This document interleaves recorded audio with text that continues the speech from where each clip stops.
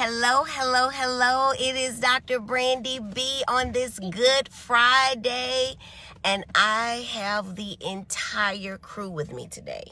Now, I have asked them all to be on their best behavior, but we know what that could lead to. They are 2, 4, and 6. So we are going to expect the best and hope for it. All right. So hello, hello, hello. Come on in, Miss Cheryl Dumas. Thank you for watching. Thank you for watching. We have more Car Chronicles going on today, and I've got the entire crew with me. So you hear Faith, the 2-year-old. She is saying Happy Easter, I believe. I'm not really sure. And hello, Mom. Thank you for joining. Thank you for joining. We are going to try to get through this Focus on It Friday with the kiddos in the car, because we were trying to have a little end of spring break outing and we did not plan appropriately. So we're headed back home. Hello, Auntie Eva. Thank you for watching. Hello, Destiny. She says, hi, Dr. B. Mama says, hello, Dr. Brandy B. Thank you all so much for joining. Thank you so much for joining. All right, we're just cruising around, y'all. We're going to give everybody another minute or so, and then we're going to go ahead and get started. 3 things you need to do to reset. You know, Easter is all about, I see Miss Danella Johnson is watching. Thank you so much for joining. Easter is all about resetting, recharging, making things be renewed, refreshed. And what better time than Easter time to go ahead and make sure that we ourselves are reset and recharged as well. Destiny says, happy early Easter. My baby just came running to watch you. Oh my goodness, that warms my heart. You know, I love the babies. I love the kids. So tell your baby thank you so much for joining and for being a watcher of Dr. Brandy B's Focus on It Friday. So exciting, so exciting. We're going to give everybody about another minute. Oh, it just turned 12:05. So we will go ahead and get started. Thank you to all of you who are here with us today. I'm Dr. Brandy B, triple board certified child and adolescent psychiatrist. And through my Facebook live streams, my webinars, my best-selling books, my speaking engagements, and I spoke that into existence, y'all, about that best-selling part. I help worried moms and dads and anybody who cares about children, including teachers, get all the education that they need so that the children that they care about can be successful in the classroom and in life. Today, though, I want to talk to you all about renewing and getting things in order so that you can be renewed from a mental standpoint. Of course, this is Easter weekend, and so Easter is all about things being renewed. We talk about the egg, and somebody said, what does the egg have to do with Easter? But it's about birth, new birth, fresh baby birth. All right, and of course, we can't go back and become babies again, and certainly not baby chickens coming out of an egg, but there are some things that we can do to make sure that mentally we are refreshed and renewed and ready to take on the remaining months of 2021, because 2021 has already shown her behind, but there are still some things. There's a lot of year left. Some positive things are happening for many people, and so we want to make sure that we are mentally in a place to be ready for them. And so I just want to use the Easter story as a way for us to kind of relate that to our lives. The first thing I want to think about, you know, Jesus Christ had to carry a cross, right? And so some of us, though not physically carrying wooden crosses and being spat upon as we walk through a crowd, and having to question why in the world things are happening to us, certainly there are some of us that are carrying crosses, that some of them we put on ourselves, some of them have been things that our family has placed upon us, some of them have been things that unfortunately life, our past, our upbringings have placed upon us, and we're still carrying those things around. So what are you talking about, Dr. Brandy B? Some of us are still carrying things like guilt, feelings of persecution, self-doubt, procrastination, amotivation. Some of us have untreated mental illness that we are not willing to deal with, not willing to face, not willing to accept. Depression, anxiety, overwhelming worry. Of course, ADHD, which I call the killer of dreams. and the killer of all things that are positive. We are having to deal with these things, and these are crosses that we are having to bear every single day. There are many people who are crying themselves to sleep at night, not wanting to get out, and it has nothing to do with being socially distant. They were socially distant before it was a rule, before it was a thing, before it was a popular thing to say, because they were dealing with all of these things, all of these crosses that they were bearing. And so I want to encourage you today to let go of that. Let go of whatever it is that's holding you back. If it's procrastination, go ahead and just step out and do something. There's never a perfect time to do anything. And just when you thought it was perfect, something is going to come up that is going to show you that that is not exactly the case. So make sure that you are just going ahead, like Nike says, just do it. And the best way to make sure that you're doing something is to do something. All right, so we got to let go of those crosses, the negativity, the self-doubt. If you toxic relationships, I know that's a buzzword, but some relationships really are toxic, and it doesn't matter if it's your mama, your daddy, your auntie, your boss. As much as possible, try to limit interaction with people who, how do you know if a relationship is toxic? I guess that's a better thing. If you leave that relationship feeling worse, or an encounter with the person with whom you have that relationship, if you leave an encounter with them feeling worse than you did when you went into it, that may be something that constitutes as toxic if it's always that way. Certainly people have disagreements, but if you always find that you're either dreading a conversation with a person or being around them, or you leave their presence drained, angry, upset, that's toxic. Why in the world would you keep doing that? Go ahead and relinquish that. Let that cross of toxic relationships go, so that you can get ready to be renewed. All right, so those are your crosses of all the things that are negative, all the people that are negative. Now, of course, you won't be able to rid yourself completely of people and things who are toxic, because some of them we got a baby daddy or ex-husband, somebody we just got to interact with. But try to limit it. Try to put a buffer between you and that person, so that you aren't always having to be the one to get engaged, because you know that you're going to get worked up when that happens. Renee, hey, thanks for joining. She says, amen, said Dr. B. Absolutely. Renee, everybody has that one person that just drives them to the brink. And so we need to be limiting that cross. It's a cross, and we're still bearing it. And so we need to limit that whenever we can. The next thing that we want to do is we want to go into the tomb. Now, we know when Jesus went into the tomb, a lot of things were happening around, right? They had the guards outside, so you got to guard your heart. You got to guard your thoughts. You got to get mentally prepared for what is to come, for glory, right? While, when you're in there, you're getting your body prepped, right? So if you're looking for a husband, I can't find a husband, I'm so sad, but you're not getting all perfumed up. Jesus's body got wrapped, it got perfumed. There were some things that were happening to the body just to get him ready for glory. And so you want to make sure that during this time of being in the tomb, that you're resting, that you're relaxing, that you're rejuvenating, that you don't let the toxic stuff, the negative stuff creep back in during that period, but that you are using that time to really get used to being in a state of glory, in a state of testimony, right? Because the part about the cross is all about the test. It's all about the test. And when you're in that tomb stage, you're relaxing, you're getting ready, you're taking bubble baths, you're praying, you're meditating, you're saying your affirmations, you are saying to yourself and to the world, right? This is going to happen to and for me. This is going to happen to and for me. I think it's also important to note that in your tomb time, sometimes your tomb time is to be quiet, right? It's to be quiet. When I got ready to accept a job to come back after residency, I didn't talk to anyone in my family for a period of like 5 days. The reason for that was because I didn't want to be persuaded, led astray, or in any way directed other than by God's voice. And so sometimes people have really good intentions and are well-meaning, but they are saying things to you that work for them, but are not what's best for you. So if you're trying to really hear from God, or even just hear your own thoughts, sometimes you got to be quiet. And it's not a time that you need anyone else to be talking to you. All of that is going to be in your tomb time. In your tomb time. I see Miss Sadie has joined. Thank you, Auntie Miss Sadie. Good afternoon. She says we've got Keith Walton. Renee says, God, prepare, speaking straight to me, sis. Yes.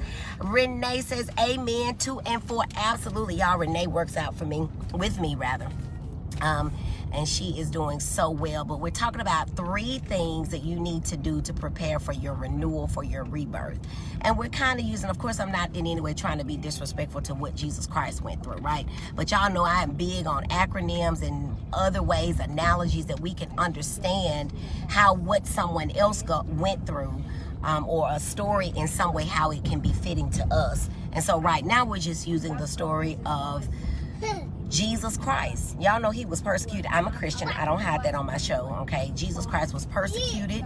He had to carry his cross that then he got nailed to and died on. And so some of us are carrying crosses right now, right? And I gave you some examples. Negativity, toxic relationships, self-doubt. Faith is adding some as we speak. I'm not really sure what they mean, but she's letting us know. Jealousy, the spirit of comparison. That is huge among mothers. And if there is any mothers watching right now, I want to tell you to let that tune go. Let that cross go. Your baby is doing what your baby needs to do at the time that your baby needs to do it. And your baby's gonna do it. And if you really feel that your baby is not, then seek professional help. But just don't continue to compare your baby to other people's baby. Don't continue to compare where even to yourself. I thought that by the time I was 30, I'd be married and have a child. I thought that by the time I was 40, I'd be a millionaire. Who cares? You still have the rest of your life. Let that cross go and go ahead and keep moving. All right, when you let it go, then you're going to go into that tomb phase where you are resting, relaxing, and getting ready for your glory. You're getting your mind together, you're getting your thoughts together, you are praying, meditating, getting rid of all the distractions so you can hear from God, so you can hear from yourself, so you can know what the next steps are. And that period, I think that so many of us, we just go straight from being in the middle of something to thinking that we're going to be on the glorious side. But, you know, Jesus' story happened in 3 days from his cross to, you know, his glory. For us, it may be 3 months, 3 years, 3 weeks, 30 years, you know, but the important thing is that you don't give up, that you hang in there and know that glory is coming. And that is our final phase. That is a time when your business takes off, when you find your spouse, when your children start acting right, when the spouse you had start acting right, when the job you want comes to, and you want to be, you know, a lot of times, and even myself, just recently on my page, it was National Physicians Day, National Doctors Day, and I posted all of my accomplishments. And when I went back and read them, I started crying because I thought, oh my God, this is me. This is me. This was me from being in the cross stage, then learning to be in the tomb stage and be quiet and be obedient, and then going over into now my glory phase. And there's still other things that I want to do.